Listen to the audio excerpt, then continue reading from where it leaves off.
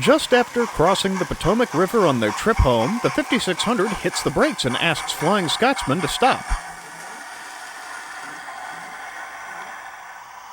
Scotsman wonders why there is a sudden need to halt. The 5600 points out that while Sheriff Pankow didn't have jurisdiction in Pennsylvania, he'll certainly be waiting as soon as they get back to North Carolina. Also, the big boy will... Mallard asks that Scotsman and the 5600 warn him before they stop, and also slow down. Long runs are hard on that bad middle rod bearing. The 5600 has an idea.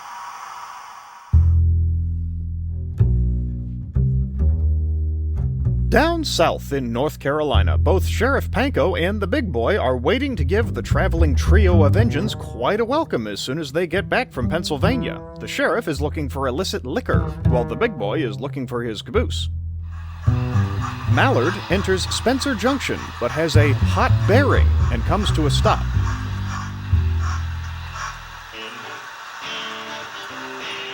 The 5600 slips through the junction and up the mountain. Flying Scotsman follows suit with the special water wagons.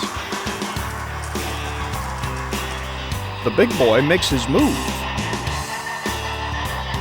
With the easy path up the mountain blocked, the big boy pulls ahead and follows the 5600 up the mountain, backwards. This feels weird for the big engine. With the bearing issue fixed, Mallard moves out of the way. The sheriff follows behind the big boy a few moments later. The sheriff is getting sick of the chase, but Dippity is having a swell time. Spot is really starting to get sick of Chadson's game of hide and seek. The L1 returns to Salisbury with the local passenger train.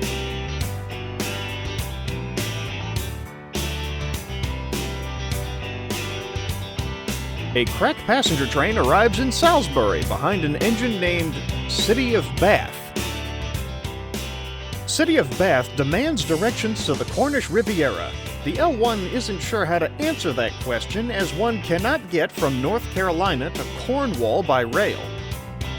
City of Bath says this is no time for jokes. The Cornish Riviera Limited must get through.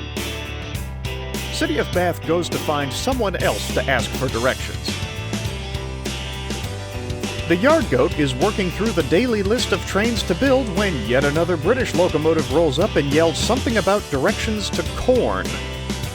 The yard goat tells the British engine there should be some past Ridgecrest, near Rattlesnake Mountain. City of Bath speeds off up the mountain.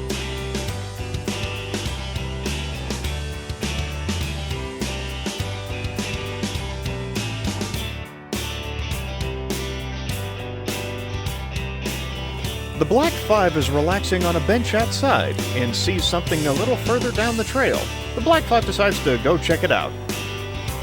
At Clinch Cross, Flying Scotsman diverts down the Clinchfield Railroad as the 5600 continues up the mountain.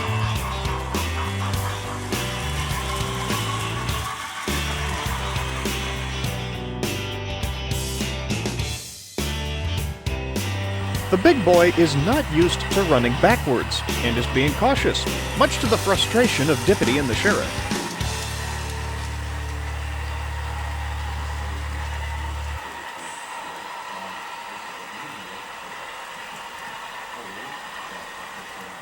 Meanwhile, in Pennsylvania,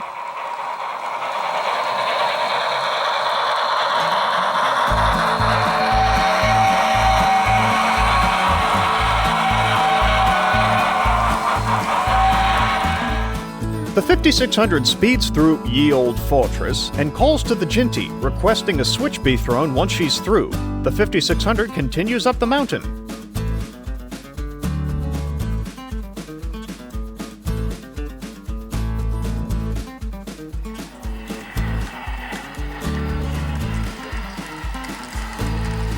The big boy backs through town but is routed onto an industrial siding. The big boy decides to sit still for a bit and rethink this plan.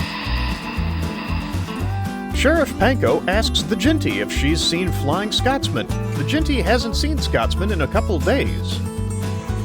Flying Scotsman emerges from the Clinchfield Railroad interchange and heads for Salisbury. Scotsman sees a Great Western City-class locomotive go thumping past and wonders why the record-stealing interloper is in the area. The Black 5 has gone further down the trail and finds a nice big caboose on display. The Black 5 wonders what else there might be in the big wide world. The 5600 enters Asheville and passes Gadwall. Nothing is said, but Gadwall just knows the 5600 has gotten into some sort of trouble. Ferry Battle is also in Asheville, still back to front, and can't seem to understand why he can't couple to a train.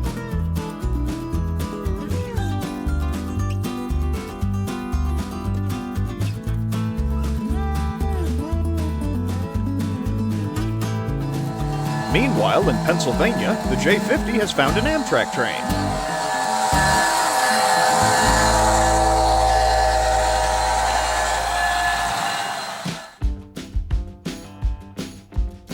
City of Bath storms through Ye Old Fortress. The Dash 9 of Shame's California cousin is filling in today. He asks City of Bath if he would like a righteous push. City of Bath replies that there is no need, good sir.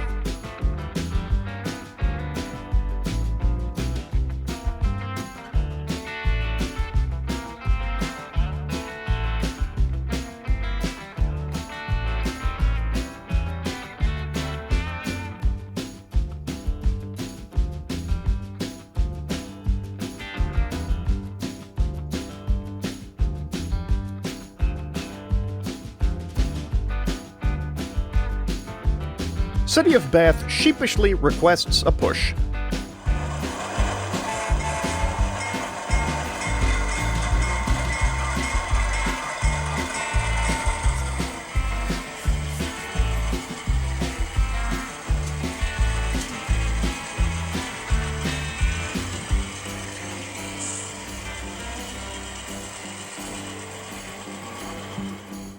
Sheriff Pankow and Dippity begin to head back for Salisbury, but see the back of the escaped SP-8 protruding from behind some freight cars.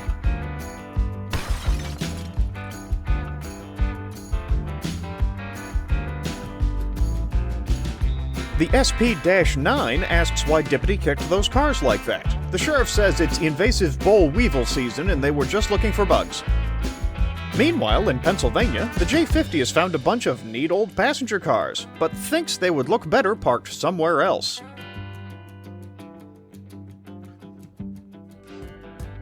City of Bath arrives at Rattlesnake Mountain, but sees no sign of the Cornish Riviera.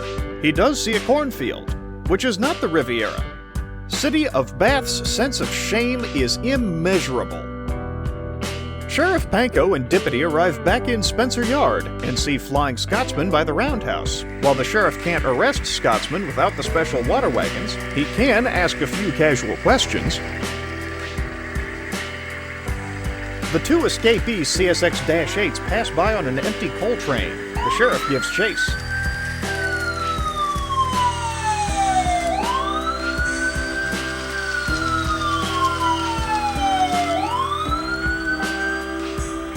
The CSX AC-44 diesels ask the sheriff what the trouble is. The sheriff says they have a taillight out. Just a warning.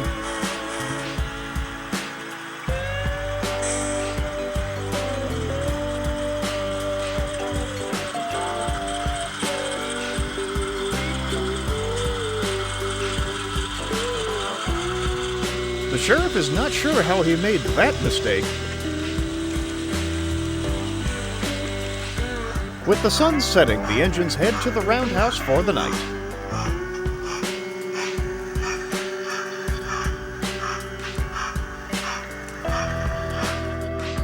The Black 5 has found a magical place called Dulles International Airport.